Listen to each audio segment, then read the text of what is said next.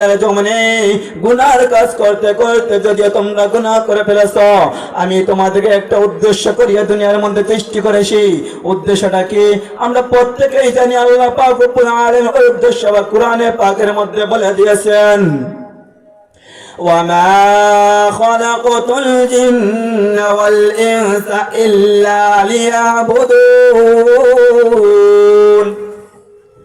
আমি মানব জাতীয় জিন জাতিকেই দুনিয়ার মধ্যে সৃষ্টি করেছি শুধু একটা কারণ, তার কারণটা হচ্ছে ইল্লা লিয়াবুদুন।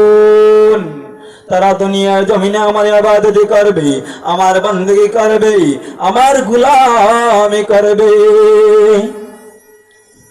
একটু চিন্তা করে দেখুন, আল্লাহ পাক আমাদেরকে সৃষ্টি করার জন্য যে সময় সৃষ্টি করেছিলেন তখন বলিয়া দিয়েছেন ইল্লা লিয়াবুদুন, তোমরা দুনিয়ার মধ্যে যাইবা, গিয়ে আমার ইবাদত করবা, আমার গোলামি করবা।